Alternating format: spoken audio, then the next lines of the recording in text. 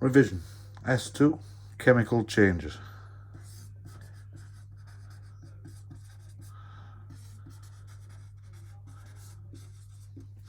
We're looking at a mind map for it.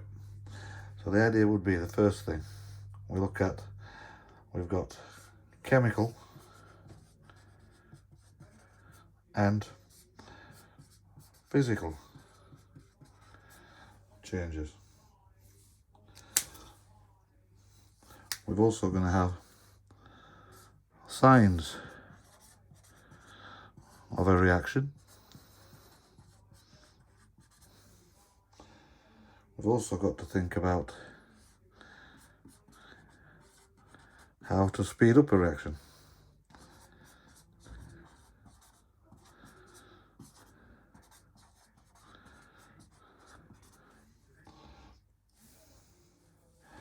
As well as it's needed for a fire.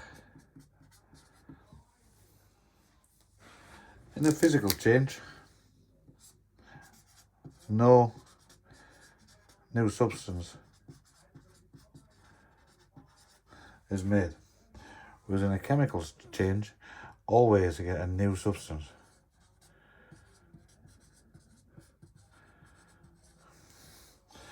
An example of a physical change would be ice into water. Both are H2O. An example of a chemical change would be frying an egg.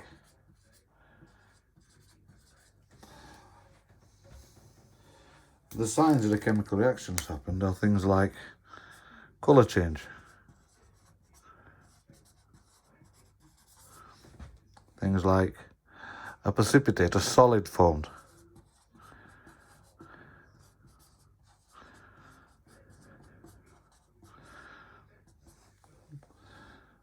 you get things like gas given off,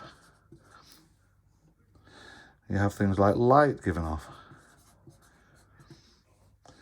And the one everybody needs to look at remembering is a temperature change. If it gets hot, it's exothermic. If it gets cold, it's endothermic.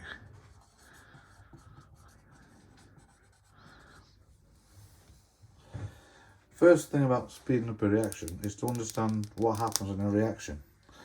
And this is due to something called collision theory.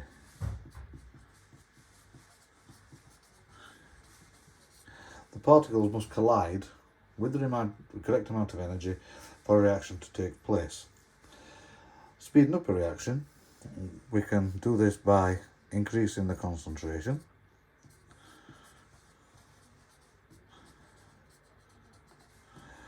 More particles, more collisions. We can increase the temperature. This temperature is how fast the particles are moving. The hotter it is, the faster they're moving, therefore more collisions. We can increase the surface area.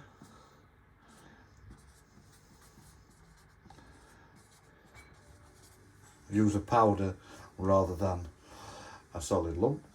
Gives more chance for the particles to react. Think of a boiled sweet in your mouth. When you crush it, you get a big lot of flavour. Or we can use a catalyst. This is a chemical that will speed up a reaction, but is not used up in it. So you need to remember, not used up in the reaction. And something else to remember, enzymes are biological catalysts.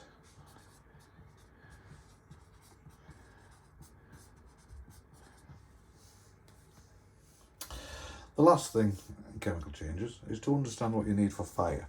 And this is the fire triangle. For a fire to happen, you need oxygen, you need a fuel, and you need heat. And if you take one of those away, then the fire goes out.